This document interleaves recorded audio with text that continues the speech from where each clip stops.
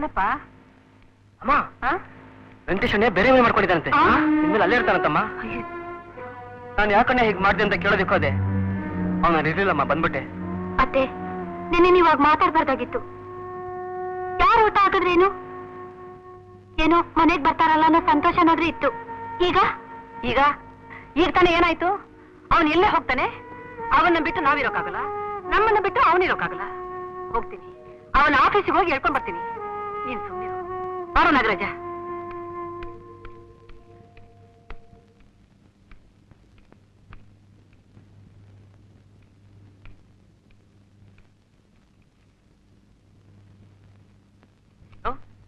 ಬನ್ನಿ ಕುತ್ಕೊಳ್ಳಿ. ಪರವಾಗಿಲ್ಲ. ನಮ್ಮಣ್ಣ ಇಲ್ಲಿ? ಅಣ್ಣವ್ರ ತುಮಕೂರು ಹೋಗಿದ್ದಾರೆ. ಯಾವಾಗ ಬರ್ತಾನಪ್ಪ? ಒಂದ್ 4 ದಿನ ಆಗುತ್ತೆ ಅಂದ್ರು. ಅದೇನೋ ಇನ್ನೊಂದು ಲಾರಿ ತಗೊಂಡ್ಬರ್ತೀನಿ ಅಂದ್ರು. ಹೌದಾ? ನನ್ ಮಗ ಬಂದ್ರೆ ಚಿಕ್ಕಮ್ಮ ಬಂದೋರು ಅಂತ ಹೇಳ್ತೀರಾ? ಆಯ್ತಾಯ್ತು, ನಾವ್ ಬರ್ತೀವಿ. ಬನ್ನಿ. ಬಾಪ.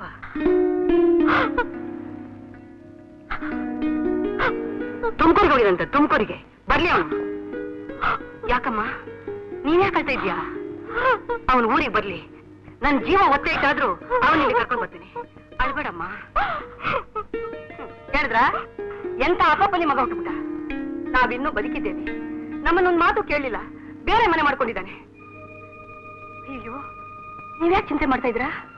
ನನ್ನ ಮಗನಿಗೋಸ್ಕರ ನಾ ಚಿಂತೆ ಮಾಡ್ತಾ ಇಲ್ಲ ಕಣೆ. ಮತ್ತೆ ನನ್ನ ಆತ್ಮ ಸ್ನೇಹಿತ, ನನ್ನ ಬಂಧು ನಿಮ್ಮಣ್ಣ ರಂಗಣ್ಣನಿಗೋಸ್ಕರ ಚಿಂತೆ ಮಾಡ್ತಾ ಇದ್ದೀನಿ. ಟೆಲಿಗ್ರಾಮ್ ಬಂದಿದೆ, ಸೀರಿಯಸ್ ಅಂತ.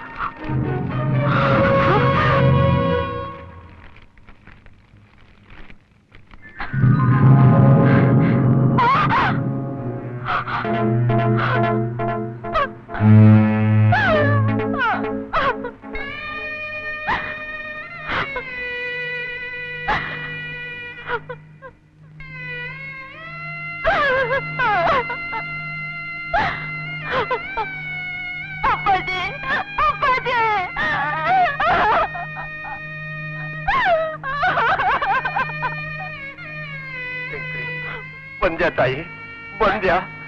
ನಿನ್ ತಂದೆ ಸಾಯುವಾಗ ನಿಂದೆ ಯೋಚನೆ ಕಣವ. ಅವನ್ ಕೊನೆ ಆಸೆ ನಿನ್ನ ಹತ್ರ ಹೇಳ್ಕೊಂಡಕ್ಕಾಗದೆ ನನ್ನ ಹತ್ರ ಹೇಳ್ಕೊಂಡ ಕಣವ, ನನ್ನ ಹತ್ರ ಹೇಳ್ಕೊಂಡ. ಪರಮಪ್ಪ, ನನ್ ಮಗಳಿಗೆ ಅಂತ ನಾನೇನು ಉಳಿಸ್ಲಿಲ್ಲ. ಇದ್ದ ಅಷ್ಟಿನೆಲ್ಲ ಮಾರ್ಕೊಂಡ್ಬಿಟ್ಟೆ. ಆದ್ರೆ ಮುತ್ತಂತ ಅಳಿಯನ್ ತಂದಿದ್ದೀನಿ. ಅವರಿಬ್ರು ಬರ್ತಾರೆ. ಬಂದ್ರೆ ನಂದು ಅಂತ ಉಳ್ದಿರೋ ನಮ್ಮ ಹೊಸ ಕೆಂದಿನು ಅದ್ರ ಕರಾನು ಕೊಟ್ಬಿಡಿ. ನನ್ನ ಕೊನೆ ಆಸೆ ನನ್ನ ವಂಶೋದ್ಧಾರಕ ನನ್ನ ಅಳಿಯಾನೇ ಮಾಡಬೇಕು. ನನ್ನ ಸಂಸ್ಕಾರ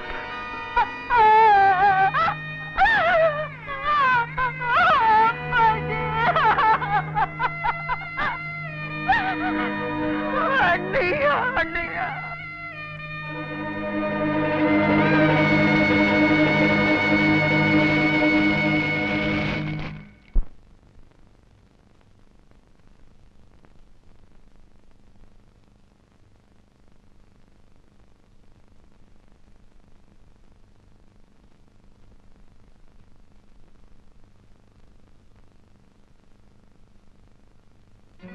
ವೆಂಕಟೇಶ,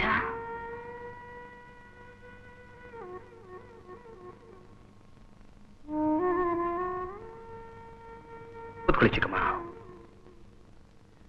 ನಾನು ಇಲ್ಲಿಗೆ ಬಂದಿದ್ದು ಬೇರೆ ಮನೆ ಮಾಡಿದ್ದು ನಿಮ್ಮ ಕೋಪನಾ? ಯಾಕೆ ಬೇರೆ ಮನೆ ಮಾಡಿದೆ ಅಂತ ನಾನು ಕೇಳೋಕ್ ಬಂದಿಲ್ಲಪ್ಪ. ನೀನ್ ಯಾವತ್ತೂ ಆ ಮನೆ ಬಿಟ್ಟು ಬಂದಿಯೋ ನಾನು ಆವತ್ತೇ ಅರ್ಥ ಮಾಡ್ಕೊಂಡೆ ನಿನಗೆ ನಮ್ಮ ಮೇಲೆ ಪ್ರೀತಿ ವಿಶ್ವಾಸ ಎಷ್ಟಿದೆ ಅಂತ. ಚಿಕ್ಕಮ್ಮ, ಸಾಕಪ್ಪ ಸಾಕು. ನಿನ್ನ ಎಷ್ಟೇ ಪ್ರೀತಿಸಿದ್ರು ನನಗೆ ಸಿಕ್ಕಿರೋ ಗೌರವ ಮಲತಾಯಿಂತಾನೆ. ನಿನ್ನ ಹೆತ್ತ ಮಗನಿಗಿಂತ ಹೆಚ್ಚಾಗಿ ಕಂಡೆ. ಆದ್ರೆ ನಿನ್ ದೃಷ್ಟಿನ ನಾ ಚಿಕ್ಕಮ್ಮನಾಗೆ ಉಳ್ಕೊಂಡೆ.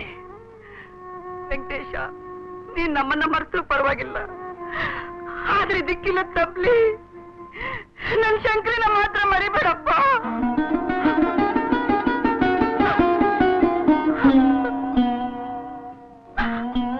ಚಿಕ್ಕಮ್ಮ, ನನಗೂ ಹೃದಯ ಇದೆ ಚಿಕ್ಕಮ್ಮ. ಸ್ವಲ್ಪ ನನ್ನ ಅರ್ಥ ಮಾಡ್ಕೊಳ್ಳಿ. ನೋಡಿ, ನನಗೆ ಬಿಸ್ನೆಸ್ ಜಾಸ್ತಿ, ಅಲ್ಲಿ ಇಲ್ಲಿ ಹೋಗ್ತಾ ಇರ್ತೀನಿ. ಇನ್ನು ಸ್ವಲ್ಪ ದಿನ ಶಂಕರ್ ನಿಮ್ಮಲ್ಲೇ ಇರ್ಲಿ. ವೆಂಕಟೇಶ, ನೀನು ವ್ಯಾಪಾರ ಮಾಡಿ ಮುಂದುವರಿಯೋಕೆ ಯಾರು ಕಾರಣ ಅಂತ ಒಂದು ಸಾರಿ ಯೋಚನೆ ಮಾಡಪ್ಪ. ನೀನ್ ಚೆನ್ನಾಗಿರ್ಬೇಕು, ನಿನ್ ಕೈ ಹಿಡಿದು ತನ್ನ ಮಗಳು ಸಂತೋಷವಾಗಿ ಬಾಳ್ಬೇಕು, ಆ ಸಂತೋಷನ ತಾನು ಕಣ್ ತುಂಬಾ ನೋಡ್ಬೇಕು ಅಂತ ಕಾದು ಕಾದು ಆ ಆನಂದ ಕೊನೆಗೂ ನೋಡೋಕಾಗದೆ ಕಣ್ಣು ಮುಚ್ಕೊಂಡ್ಬಿಟ್ಟಪ್ಪ ನಮ್ಮಣ್ಣ. ನೀನ್ ಕಾರ್ಯಕ್ಕೆ ಬರ್ತೀಯ ಅಂತ ಊರೇ ಎದುರು ನೋಡ್ತು. ನಿನ್ ಕೈಯಿಂದಲೇ ಬೆಂಕಿಡಿಸ್ಕೋಬೇಕು ಅಂತ ನಮ್ಮಣ್ಣ ಆಸೆ ಪಟ್ಟು. ಪರವಾಗಿಲ್ಲಪ್ಪ, ಈಗಲೂ ಕಾಲ ಮಿಂಚಿಲ್ಲ. ಅವ್ರ ಆತ್ಮಕ್ ಶಾಂತಿ ಸಿಗ್ಬೇಕಾದ್ರೆ ಈ ತಬ್ಲೆ ಹುಡುಗಿನ ನಿನ್ ಹೆಂಡತಿ ಅಂತ ತಿಳ್ಕೊಳ್ತಿದ್ರು ಪರವಾಗಿಲ್ಲ, ನಿನ್ ಮನೆ ಕೆಲಸದಾಳು ಅಂತ ತಿಳ್ಕೊಂಡು ಅವಳಿಗೊಂದು ತುತ್ತು ಅನ್ನ ಹಾಕಿ ನಿನ್ ಜೊತೆಲೇ ಇಟ್ಕೊಂಡ್ಬಿಡಪ್ಪ. ವೆಂಕಟೇಶ, ನಿನ್ ಕೈ ಮುಗಿದು ಕೇಳ್ಕೊಳ್ತೀನಿ. ಮತ್ತೆ ನಾನಿಲ್ಲಿರಲ್ಲ, ನಾನು ನಿಮ್ ಜೊತೆಲೆ ಬರ್ತೀನಿ ಅಂತೆ. ನಡಿ ನಡಿ ಒಳಗೆ. ಇವತ್ತಿನಿಂದ ನಿನ್ ಸಾವ ಬದುಕು ಅದು ಇಲ್ಲೇ ಆಗ್ಬೇಕು, ಅವನ ಜೊತೆಲೇ ಆಗ್ಬೇಕು. ಇನ್ನೊಂದ್ ಸಾರಿ ನನ್ನ ಅತ್ತೆ ಅಂತ ನನ್ನ ಹಿಂದೆ ಬಂದೆ, ನನ್ ಮೇಲೆ ಆಣೆ.